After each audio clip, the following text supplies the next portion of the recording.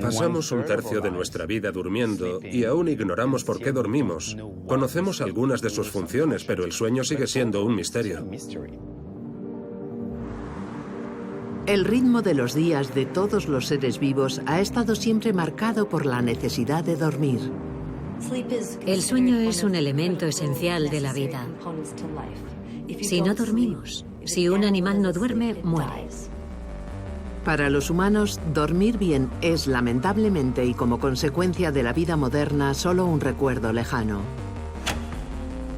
La exposición a la luz, incluso a 1 o 2 velas a la distancia de 1 metro, esas débiles luminosidades serán muy perjudiciales para nuestro sueño. Por la noche hay que saber relajarse y sobre todo no usar nunca pantallas después de las 8 de la tarde. Esa es una de las razones que ha contribuido a esta epidemia de falta de sueño en nuestra sociedad. Actualmente la falta de sueño alcanza a todas las generaciones. El insomnio es muy común. Casi el 10% de los adultos de todo el mundo son insomnes crónicos. Si no tomo algo para dormir, no duermo. Paso las noches en blanco. En 50 años hemos perdido 1 hora y media de sueño por noche. La investigación mundial se ha movilizado ante esta emergencia. No existe ningún sistema que no se vea afectado por la falta de sueño. El cerebro está tan estresado cuando se despierta que no puede limpiarse. Entonces, ¿cómo podemos recuperar ese sueño que tanto hemos descuidado en los últimos años? Todos los medios son buenos, desde los más naturales hasta la alta tecnología. Ya no me enfrento a la noche con miedo a no dormir. Eso terminó. Se acabó.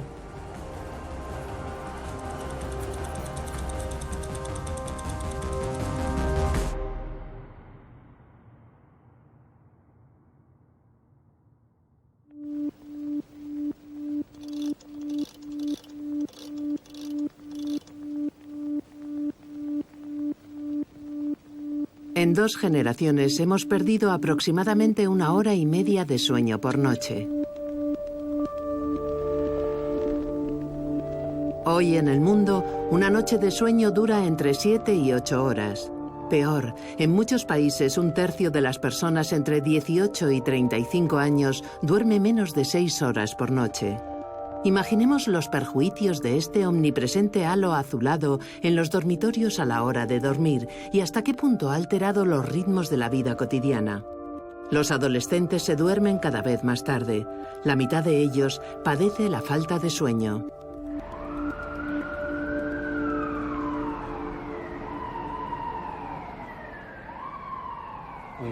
Nosotros compartimos con muchas especies de animales, plantas e insectos el ciclo día-noche, que es el principal agente de sincronización de nuestro reloj biológico interno.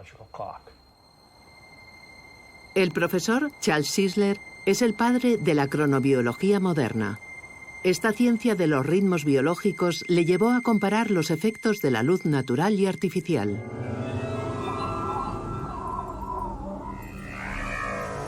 Desde el inicio de los tiempos, la mayoría de las especies vivas son bombardeadas por la luz blanca que el Sol nos envía. La luz blanca es una superposición de una paleta de colores que abarca desde el rojo al morado y en la que predomina el color azul. Los LEDs no podían emitir luz blanca porque nadie había logrado crear un LED azul. Por eso, cuando los científicos descubrieron el LED azul, se desató una verdadera revolución. Hasta entonces, usábamos lámparas incandescentes con filamentos calientes. Ahora han sido sustituidas por LEDs más ecológicos, y ese es el problema hoy. Desde la llegada del LED azul, las lámparas de nuestros hogares emiten la luz blanca de un pequeño sol.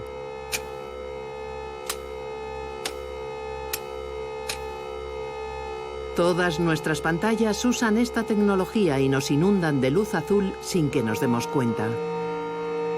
Ahora, la luz eléctrica a la que estamos expuestos reinicia nuestro reloj interno. Es una luz supervitaminada. Tiene un pico enorme en la parte azul del espectro luminoso. El cerebro piensa, Dios mío, estamos en mitad del día.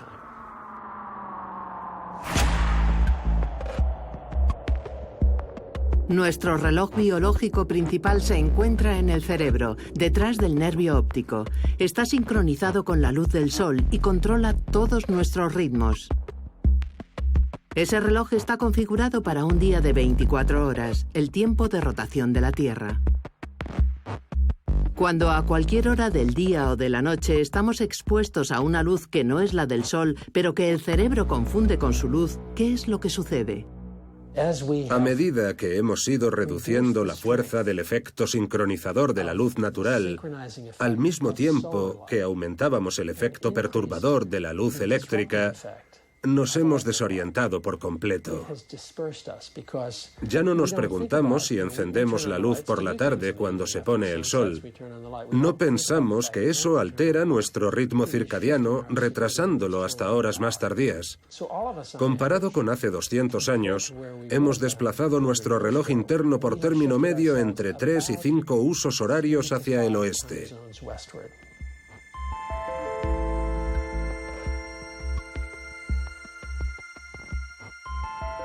Hemos estudiado a personas que viven aquí, en Boston, en la misma ciudad, y sus relojes internos tienen un desfase de 12 horas de diferencia.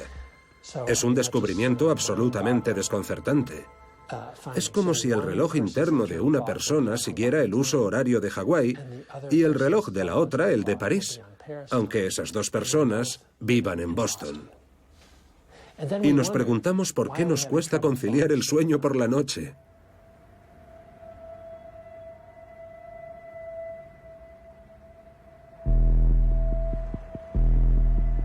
Eso es precisamente lo que el profesor Claude Gronfier intenta entender.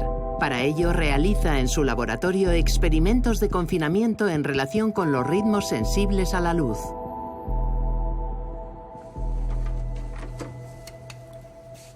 Intentamos responder una pregunta.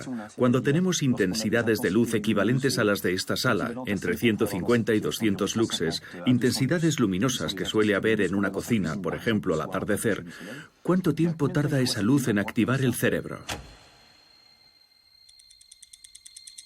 El profesor Gronfier estudia la influencia de la luz sobre sujetos aislados por completo durante 3 días, sin referencias temporales y privados de sueño durante 34 horas. Te dejo que te instales. Mira, esta es tu habitación. Supongo que Inés ya te dijo que tienes que quitarte el reloj. ¿No llevas? No llevo nada, solo mi teléfono. Lo apago ya. Bien. Voy a cerrar la puerta y ese será el inicio del protocolo. Esta puerta de aquí la volveremos a abrir el jueves, ¿de acuerdo?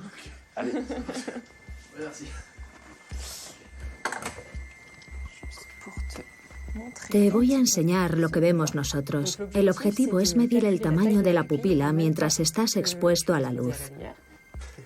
Y tú haz clic en el momento en el que la luz empiece a molestarte.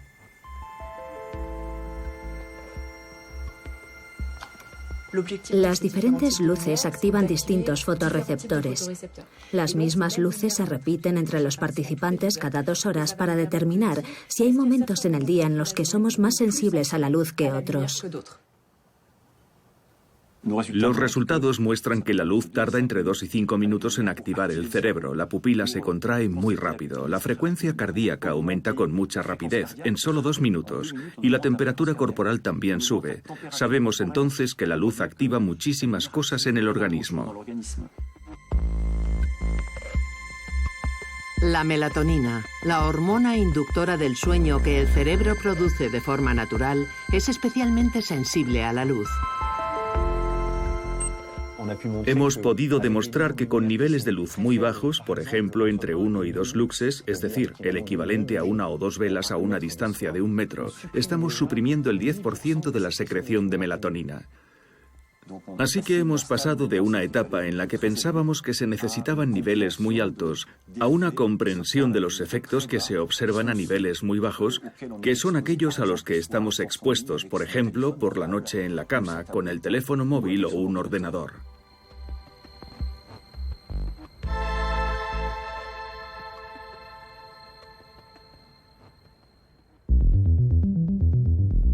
Toda la sociedad se ve afectada por la luz incesante. Día y noche, un hormiguero de personas satisface la demanda creciente. Solo en Estados Unidos hay 25 millones de personas que trabajan de noche, con consecuencias dramáticas. Los trabajadores con turnos rotatorios que pasan continuamente de turnos diurnos a nocturnos, o las tripulaciones de las aerolíneas que cruzan zonas horarias con mucha regularidad, tienen un riesgo mayor de desarrollar cáncer.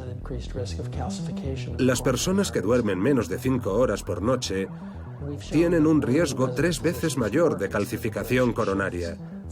Hemos comprobado que los médicos que trabajan de noche cometen muchos más errores médicos graves y tienen más accidentes con los bisturís. También hay una mayor probabilidad de que un médico con experiencia cometa un error durante una cirugía. Y el riesgo de que se vea implicado en un accidente de tráfico al volver a casa aumenta en un 170%. La falta de sueño y las jornadas de trabajo prolongadas provocan muchos daños colaterales.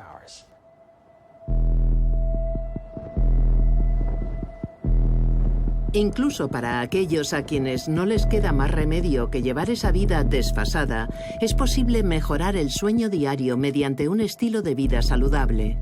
La alimentación juega un papel esencial para restablecer el ritmo sueño-vigilia y volver a sincronizar nuestras noches. La profesora Eve Van Cotter, endocrinóloga y especialista en metabolismo, dirige un gran estudio sobre los vínculos entre la falta de sueño y la obesidad.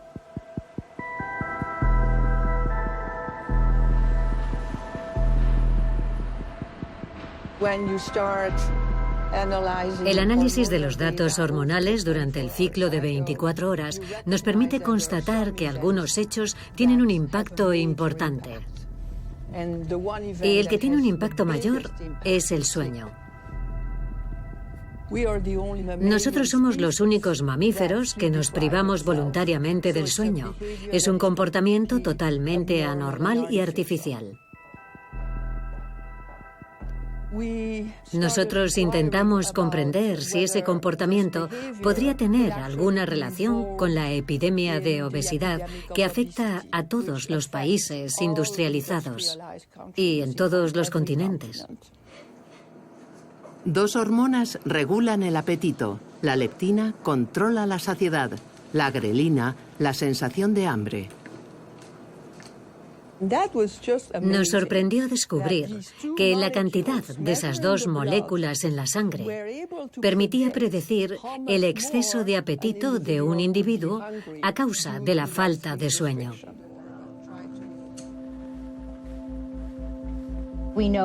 Algunos estudios previos habían demostrado que la falta de sueño conduce a un aumento en el consumo de alimentos ricos en carbohidratos y lípidos. Así que me hice esta pregunta: ¿cuáles son los factores implicados en esa mayor necesidad de alimentos muy grasos? Cuando falta sueño, todo funciona mal. La leptina se altera, la grelina se altera. Lo mismo ocurre con los endocannabinoides. No existe un solo sistema que no se vea afectado por la falta de sueño. Nuestro estudio busca entender cómo la dieta puede ayudar a sincronizar o a alterar la sincronización de muchos órganos periféricos que son muy sensibles a nuestra ingesta de alimentos a partir del reloj circadiano central.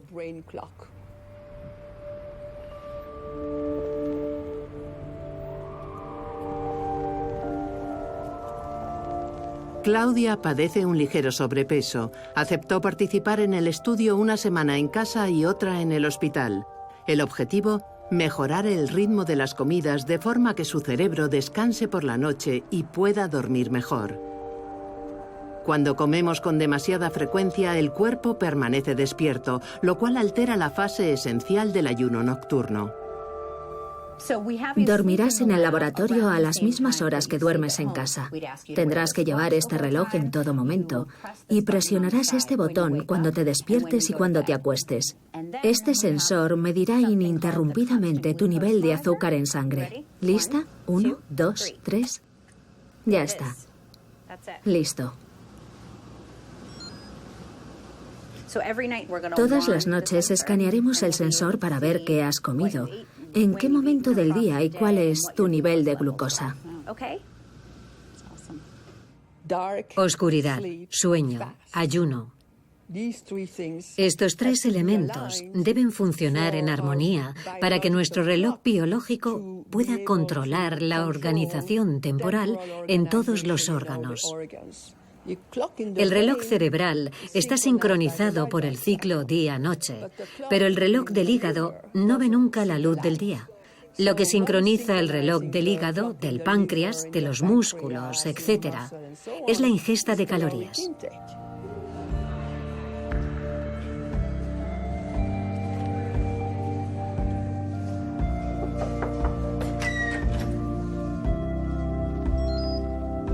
El experimento se lleva a cabo sobre varios sujetos sometidos a condiciones diferentes. Mientras Claudia se instala en su habitación del hospital, Yves Van Cotter y Erin Hanlon analizan los resultados de uno de los primeros voluntarios que empezó la semana anterior. Este es el primer sujeto de nuestra prueba. Le impusimos un ayuno prolongado por la noche. Toma su comida más fuerte por la tarde, bastante tarde, en torno a las 8. Para un estadounidense es tarde. Y estos son los resultados diarios de 5 días. Es imposible ver si ayunó durante la noche. Su nivel de glucosa sube y baja a las 24 horas. Y podemos ver que muestra síntomas de una prediabetes. La curva inferior representa nuestra intervención. Se puede ver que hemos cambiado sus niveles de glucosa. Ahora podemos ver claramente el ayuno nocturno, el desayuno, el almuerzo y la cena. Así que estoy muy contenta. Resultado, la calidad del sueño del paciente ha mejorado significativamente. El cerebro devora una cantidad enorme de glucosa, que es su principal combustible. Consume más glucosa que cualquier otro órgano. Cuando dormimos, el cerebro no consume tanto, de forma que el metabolismo se ralentiza drásticamente. Cuando come muy tarde, al final del día, en lugar de observar una caída del azúcar en sangre en 3 horas, necesitará entre 5 y 6 horas. De forma que durante gran parte de la noche, el nivel de glucosa sigue siendo elevado, y esa es una señal para el cerebro de que estás despierto. Dormir con un nivel alto de azúcar en sangre deteriora, por tanto, la calidad del sueño. Este estudio ha sacado a la luz un círculo vicioso terrible. Cuanto más comemos permanentemente, menos dormimos, y cuanto menos dormimos, más hambre tenemos. ¿Cómo puede descansar el cerebro si una alimentación demasiado rica y frecuente le hace creer que está en un estado de vigilia permanente? Es evidente que nuestros cuerpos no han logrado adaptarse a los comportamientos asociados con la vida moderna. Son demasiados cambios en un siglo que afectan directamente a nuestro sueño. Igualmente, nuestro organismo tiene dificultades para adaptarse al sedentarismo que nos impone cada vez más nuestro estilo de vida. En la Universidad de Caen, el presidente Davén trabaja en el campo de los ritmos biológicos e intenta conocer las consecuencias de la actividad física en la calidad del sueño nocturno. El Homo sapiens está hecho para moverse. Consumir entre 3.000 y 4.000 calorías diarias no es una aberración. Es lo que sucedía en las sociedades hasta el siglo XX. Había un gasto energético diario suficiente para mantener una buena salud. Actualmente hemos perdido eso. El objetivo es observar si la actividad física puntual durante el día tiene un impacto directo e inmediato en la noche siguiente. La actividad física produce hormonas del ciclo de la vigilia, por lo que luego tendrá que eliminar esas hormonas para poder dormir y dormir bien. Y cuanto más intensa sea la actividad física, por ejemplo, una actividad muy repetitiva, en la que se consuma mucha energía, más difícil será conciliar el sueño después. Es necesario que la tensión disminuya y la temperatura vuelva a un nivel normal para poder dormir bien por la noche. Así que empezamos a preguntarnos qué tipos de actividad física modificaban el sueño, y hemos llegado a la conclusión de que es la actividad física de tipo aeróbica. La actividad aeróbica corresponde a un esfuerzo de resistencia sostenido. En ese caso, el músculo extrae oxígeno de las células, al contrario de lo que ocurre cuando el esfuerzo es violento. Una vez finalizada la prueba física, el profesor Daven analiza el sueño del sujeto. Lo que cuantificamos en el sueño es principalmente el sueño profundo de ondas lentas. Aún sigue despierto, con una actividad muscular importante. Pero se está durmiendo y muy rápidamente. A esto lo llamamos usos. Es una actividad que refleja la voluntad de conciliar el sueño. La actividad física óptima es la actividad física que se realiza al final de la tarde. Las consecuencias sobre el sueño son ideales. Los deportes de resistencia que se practican al final de la tarde restablecen el reloj interno, permiten que resulte mucho más fácil conciliar el sueño después del anochecer y mejoran la calidad del sueño profundo.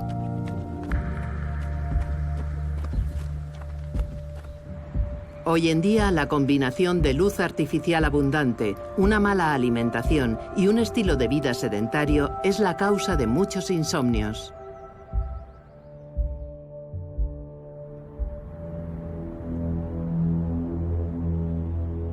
Otros factores, principalmente el estrés y la ansiedad, también entran en juego. Un tercio de los franceses sufren habitualmente trastornos del sueño. 6 millones son insomnes. Por lo general, sus vidas están marcadas por los somníferos. Soledad, pantallas nocturnas. Nuestro estilo de vida soporta los problemas diarios.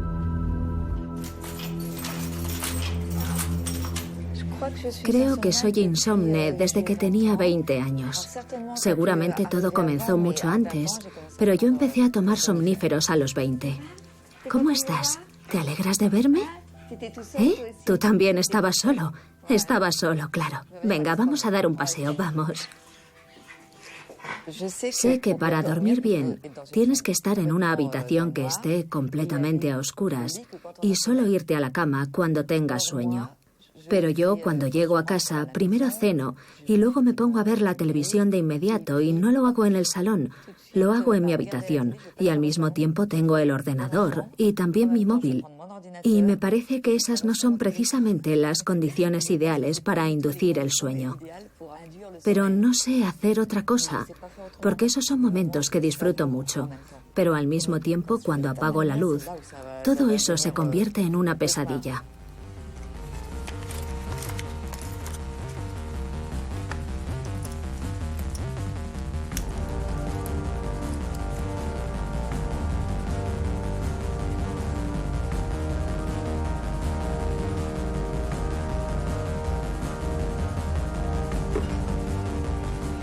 Mi sueño sería dejar de tomarlos. 600 millones de personas sufren de insomnio en todo el mundo. 1 de cada 5 estadounidenses reconoce haber usado somníferos para dormir. En Europa, España lleva la delantera a Francia, donde se venden 131 millones de cajas de somníferos cada año. Problemas para conciliar el sueño, interrupciones del sueño, estrés, ansiedad. El insomnio tiene muchas causas y muchas facetas. El insomnio responde a unos criterios muy precisos. Por ejemplo, debes tener problemas para dormir al menos 3 veces a la semana durante unos 3 meses y que sean lo suficientemente graves como para que te afecten al día siguiente. Bien, lo que hacemos es grabar todo el sueño para tratar de averiguar qué sucede exactamente cuando nos dormimos y mientras estamos dormidos. De acuerdo. Así podremos orientarnos paso a paso para intentar dormir sin somníferos o con muchos menos somníferos que ahora.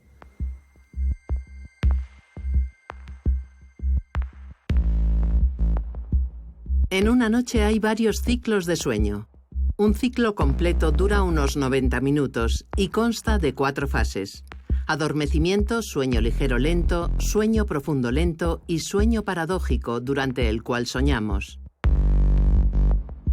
Cada una de estas fases se repite entre 4 y 7 veces durante una noche normal. Es lo que se conoce como el tren del sueño.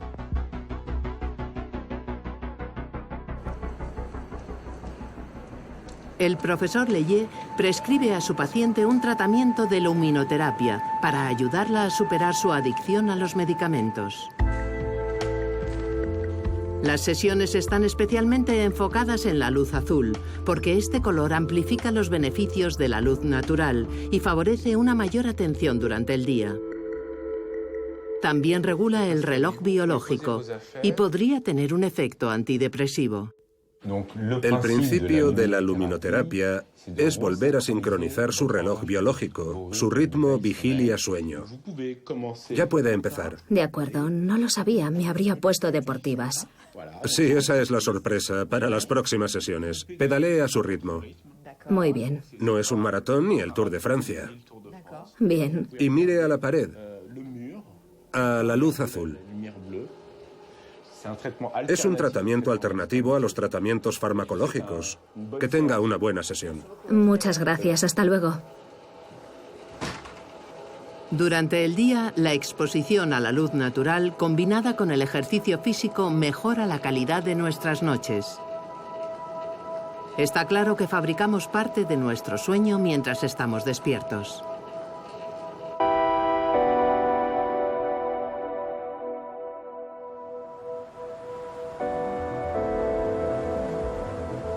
Otro principio que se puede aplicar durante el día: la siesta. Se trata de un enfoque fundamental para dormir mejor. En el Laboratorio de Ciencias Cognitivas y del Sueño de la Universidad de Los Ángeles estudian ese método milenario.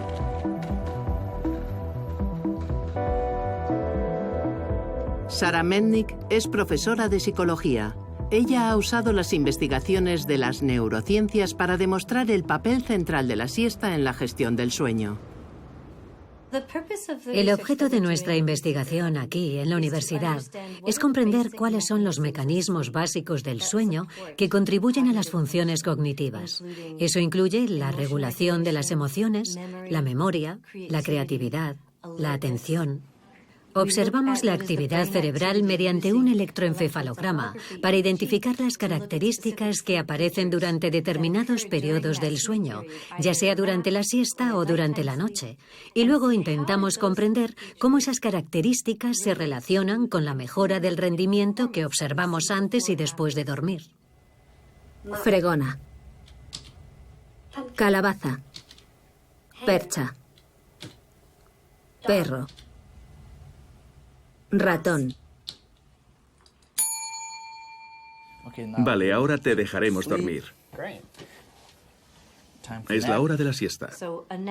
Una siesta puede oscilar entre 5 minutos y 3 horas. El mejor momento para echarse una siesta es aproximadamente 6 horas después de levantarse. Antes, la siesta incluirá una parte importante de sueño paradójico. Más tarde, la siesta consistirá principalmente en sueño profundo. Esos son 2 ciclos de sueño muy importantes y ambos conllevan diferentes mejoras en el rendimiento. Por lo tanto, dependerá de cómo quieras adaptar la siesta para alcanzar los objetivos de sueño que te hayas fijado. Si lo que quieres es que te resulte más fácil aprender tu lección de historia, sin duda será preferible privilegiar el sueño lento profundo. Realmente no necesitas para nada el sueño REM. En cambio, si necesitas ser creativo y proponer ideas, necesitarás el sueño paradójico. Si solo buscas un pequeño descanso para recargar energía, puedes conformarte con una siesta breve. Una siesta de 30 minutos en cualquier momento del día.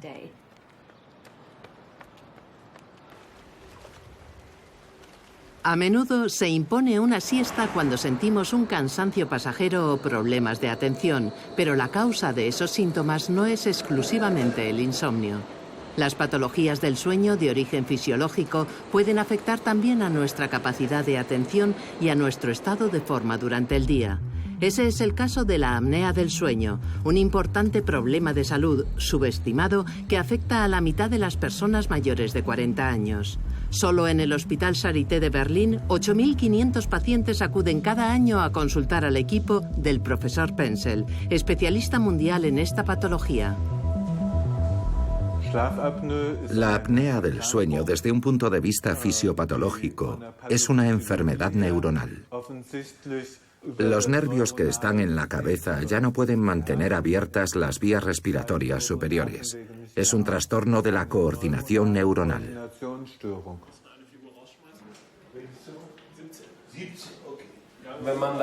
Cuando roncas muy fuerte y tus vías respiratorias se cierran por completo, no puedes respirar, es como contener la respiración o ahogarse. Puede durar unos minutos mientras duermes sin que te des cuenta.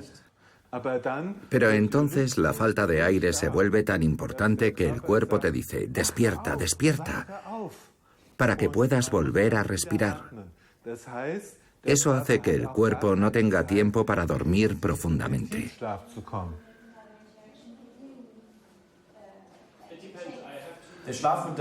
El sueño entonces es de muy mala calidad y el déficit de oxígeno causado por la falta de respiración afecta severamente a los órganos. La apnea del sueño es a largo plazo un factor de riesgo importante para las enfermedades cardiovasculares, pero también para el cerebro, las enfermedades neurodegenerativas y muchos otros casos como las enfermedades tumorales. Penzel y su equipo han puesto en marcha un estudio en pacientes afectados por esta patología en diferentes etapas. Póngaselo. Es un cinturón torácico y abdominal. Registra cada vez que su caja torácica se hincha y se vacía. Tenemos demasiados pacientes masculinos. Ya. ¿Y el nivel de gravedad de la apnea? Queríamos reclutar 40 sujetos con apnea del sueño moderada, 12 con apnea leve y 8 con apnea grave. Está muy bien. Sabemos que la apnea del sueño es mucho más frecuente entre hombres con sobrepeso o con un mentón pequeño. Las hormonas femeninas, los estrógenos, protegen contra la apnea del sueño. Pero tras la menopausia, las mujeres sufren más de apnea del sueño y terminan viéndose tan afectadas como los hombres.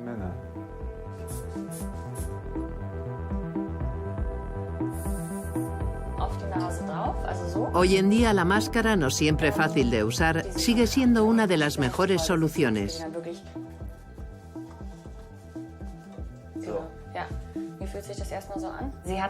Ha tenido 70 interrupciones respiratorias por hora. Aquí tenemos más detalles. Sus vías respiratorias se han cerrado completamente 268 veces. Ya. Esta línea en la parte inferior representa el sueño profundo y vemos que no ha tenido ninguna fase de sueño profundo en toda la noche. Veamos ahora los resultados de la noche en que durmió con mascarilla. ¿Qué máscara usó? ¿La mascarilla nasal o la integral? La integral. De acuerdo. Aquí se ve muy claramente que solo tuvo 2 interrupciones respiratorias y media por hora. Es una gran diferencia. Sí, una diferencia importante. Muy importante. Significa que usar la mascarilla hizo que su apnea del sueño desapareciera. La apnea del sueño se puede curar, pero para eso tienes que saber que estás enfermo. Es un grave problema de salud pública que es ignorado en gran medida. Es urgente que los políticos, los médicos y los pacientes reaccionen. Este problema debe convertirse en un tema de debate público. Los perjuicios para el paciente, pero también para el conjunto de nuestro sistema sanitario, son enormes. Apnea del sueño, insomnio, alteración de nuestros ritmos biológicos a causa del estilo de vida moderno. Independientemente de cuáles sean las causas, la falta de sueño afecta a nuestra salud.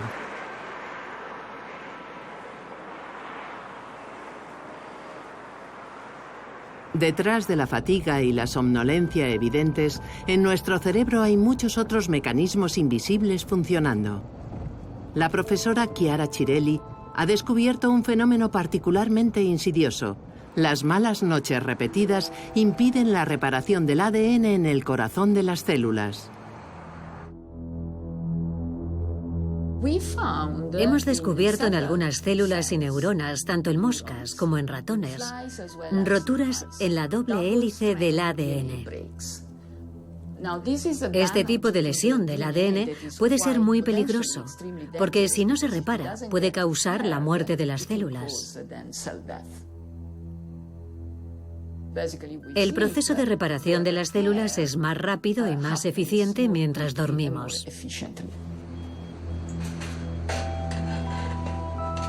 Hoy, la profesora prosigue sus investigaciones estudiando los desechos tóxicos que proliferan en las células del cerebro de moscas privadas de sueño.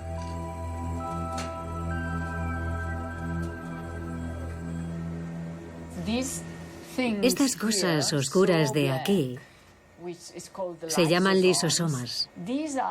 Aquí es donde se digieren los desechos producidos por las células. Y cuando no es posible degradarlos, estos materiales se acumulan en las neuronas y permanecen allí para siempre. A medida que envejecemos, este tipo de desechos se acumula de forma natural. Chiara Cirelli ha constatado cantidades anormales de estos desechos en individuos muy jóvenes con falta de sueño. Esa fue la primera indicación de que la falta de sueño ejerce algún tipo de estrés sobre las células.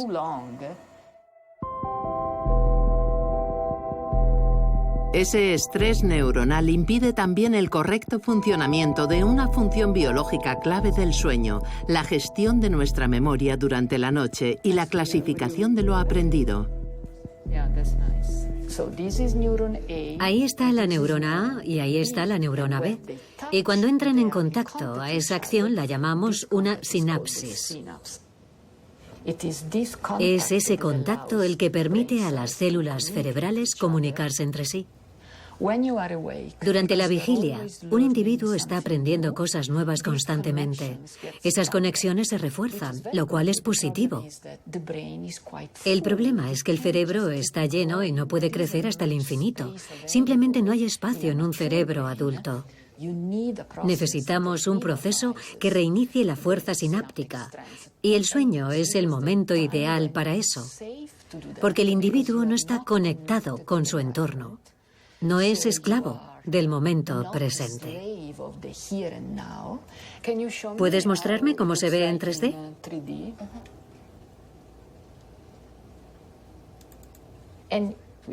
Vemos que estas sinapsis crecieron después del periodo de vigilia y que se contrajeron después del sueño. Nosotros pensamos que las neuronas no solo se comunican entre sí de esta manera, sino que también es así como conservamos el conjunto de nuestros conocimientos, todos nuestros recuerdos, de forma que cuando se produce este reinicio debe hacerse de forma selectiva e inteligente para poder consolidar los recuerdos después de dormir. Pero te permite igualmente olvidar todo aquello que es irrelevante.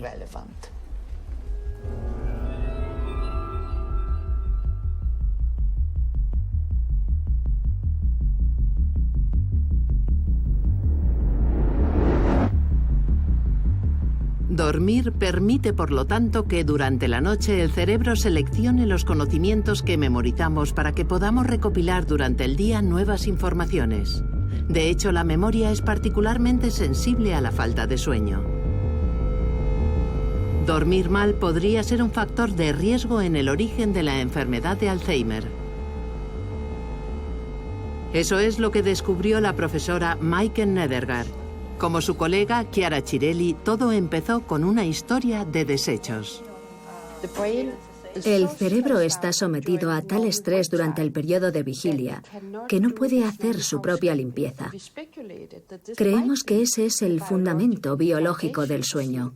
El papel del sueño es limpiar el cerebro eliminando todos los desechos que se acumulan durante la vigilia. Nadie había mirado bien el interior del cerebro para comprender cómo se deshace de sus desechos. Así que nos preguntamos si las células gliales estarían involucradas en este fenómeno. Las células gliales son en cierto modo las nodrizas de nuestras neuronas. Les proporcionan oxígeno y nutrientes. Hasta el descubrimiento de Mike Nedergaard se desconocía por completo otra importante función de estas células. En el cerebro, las arterias están rodeadas de un espacio por donde circula el líquido cefalorraquídeo. Cuando entramos en la fase del sueño profundo, las células gliales abren canales que liberan ese líquido, que se infiltra entre las neuronas y arrastra los desechos producidos durante la vigilia. Estas células son, por tanto, la clave para la limpieza de nuestro cerebro. Cuando esos desechos salen del cerebro, se incorporan al torrente sanguíneo y son procesados por el hígado, que podemos considerar nuestra verdadera planta de reciclaje. Doug Kelly, un ingeniero especialista en mecánica de fluidos, ha modelizado por primera vez el funcionamiento de este sistema de limpieza en el cerebro de un mamífero dormido. Esta es la arteria cerebral media que irriga la superficie del cerebro de un ratón vivo. La sangre circula por esa arteria, pero lo que nos interesa es el líquido cefalorraquídeo que fluye a su alrededor. Esto es lo que pasa realmente mientras dormimos. Todos tenemos esos mililitros de este líquido que fluye por nuestro cerebro para limpiarlo. Este flujo es mucho más importante durante el sueño profundo. En las fases de sueño más ligero o durante la vigilia, no funciona. Cuanto más largo y profundo es el sueño, más se limpia el cerebro. Mike Nedergaard ha descubierto que los desechos liberados por este fluido son beta-amiloides, cuya acumulación se relaciona directamente con el desarrollo de la enfermedad de Alzheimer. Este azote en constante aumento afecta ya a 35 millones de personas en el mundo. A medida que envejecemos, dormimos cada vez menos y peor, y comenzamos a acumular parte de esos desechos que el sistema inmunológico va a identificar como un cuerpo extraño, porque no deberían estar allí. El cerebro activa entonces una respuesta inmunitaria para eliminarlos. A largo plazo, esa respuesta inmunitaria podría dañar las células nerviosas. La falta de sueño aumenta el riesgo de enfermedad de Alzheimer.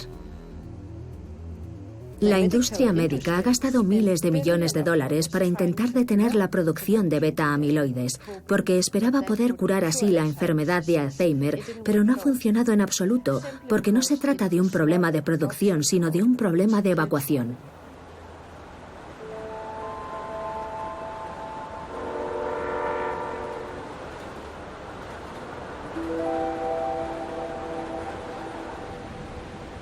El descubrimiento de Nedergaard ha ayudado enormemente a comprender por qué el Alzheimer y otras enfermedades neurodegenerativas afectan principalmente a personas que sufren falta de sueño crónica, apnea obstructiva u otros trastornos del sueño.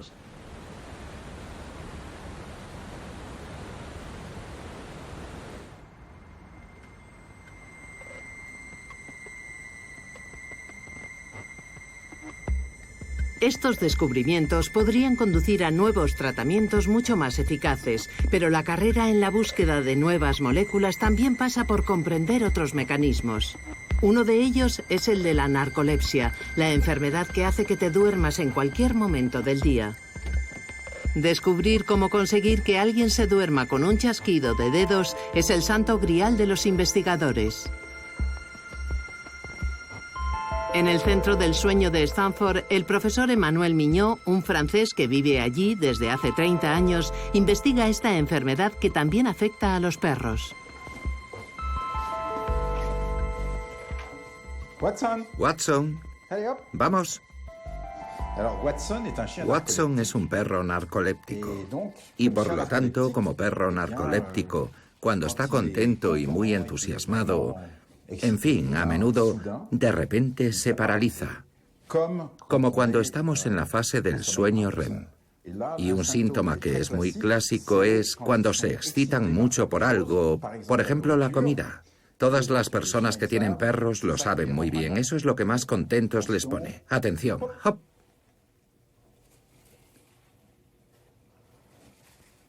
Ah, muy bien. Arriba. ¿Lo has visto? Sus patas traseras ya han empezado a paralizarse, las traseras. ¿Eso es todo, Watson? Ah, me parece que el pollo no está funcionando. Está bueno, ¿no? Probemos con otra cosa. El arma atómica. Vamos a ver con el dulce.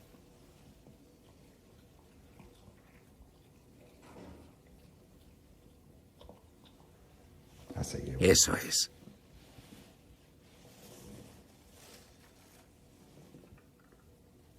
¿Lo ves? No puede cogerlo. Ya no está.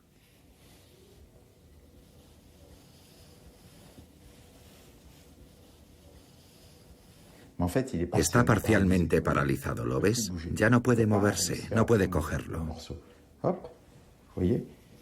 Está completamente flácido. Esto se llama cataplexia. Ahora no tiene absolutamente ningún tono muscular. Totalmente... Esto es raro. Bueno, raro. ¿Lo ves? Se ha despertado. Ha vuelto. Ah, sí, sí. Ya sabía yo que no se había olvidado de su premio. Es muy listo. Bueno, lo guardamos. Sí, es triste. Todo lo bueno se acaba. Siempre es así. Es un truco que funciona. No te enfades. Es parecido con los hombres.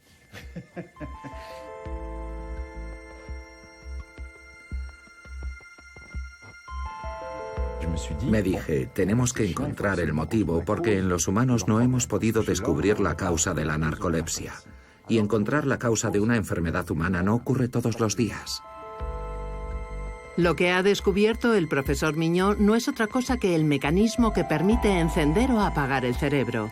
Ha logrado identificar una hormona a la que ha llamado hipocretina, que desempeña el papel del botón que activa nuestro despertador. Aprendiendo a desactivarlo, por lo tanto apagándolo, la hipocretina silenciada permite lo contrario, conciliar el sueño.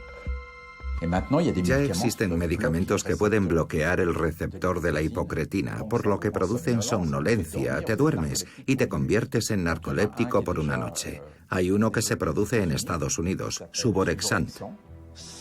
El sueño. ¿Recuerdas el momento en el que lo acogías como a un amigo? Luego se volvió cada vez más y más distante. ¿Pero por qué?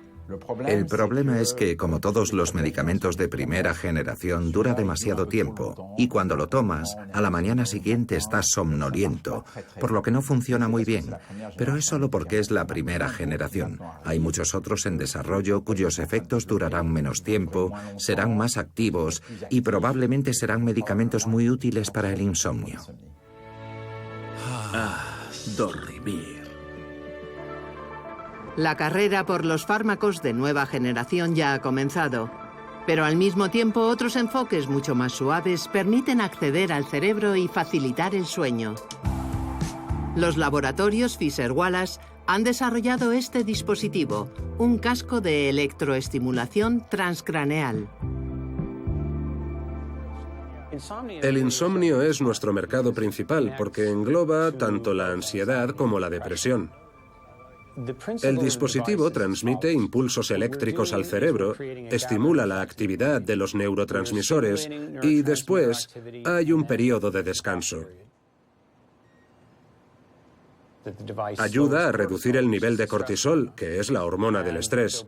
Los principales neurotransmisores que estimula son la dopamina, la serotonina y la betaendorfina.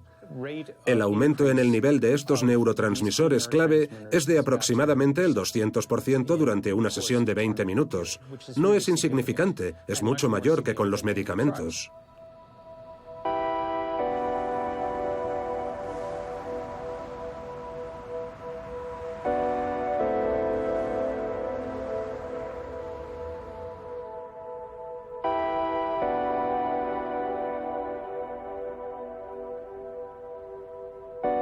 Esta mujer de 37 años padecía trastornos graves del sueño que ha superado con este casco aprobado por las autoridades sanitarias de Estados Unidos. Sufrí de depresión toda mi infancia. Toda mi vida he luchado contra la ansiedad y el insomnio. En 2011 viví una serie de hechos que hoy soy consciente de ello. Eran síntomas de un trastorno de estrés postraumático. Esa patología surgió de una forma particularmente violenta. Tenía episodios de terror nocturno. Por la noche mi cuerpo temblaba de ansiedad y eso me despertaba. Tenía flashbacks. Pero también dolores en todo el cuerpo. Dolores muy intensos, migrañas. ¿Qué haces?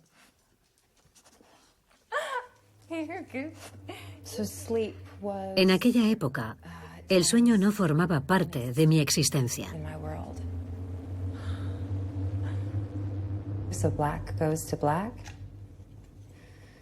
Una sesión de 20 minutos cada 3 o 4 días ha cambiado literalmente su vida.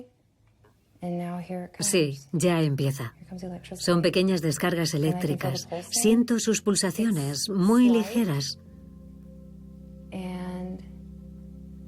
Pica un poco. Si lo pongo al máximo,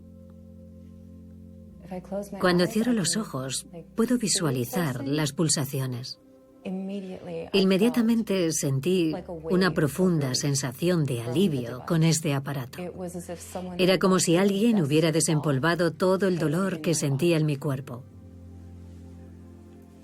Ya no espero la noche con miedo a no dormir. Se acabó. Se terminó. Volver a dormir es ante todo recuperar un estilo de vida saludable. Dormir y comer a horas fijas, hacer ejercicio físico y, por supuesto, mantenerse lo más alejado posible de pantallas y fuentes de luz nocivas. Respetando nuestro sueño y nuestros ritmos, fortalecemos nuestra memoria. Adiós a la fatiga y al estrés. Duerme bien. Dulces sueños.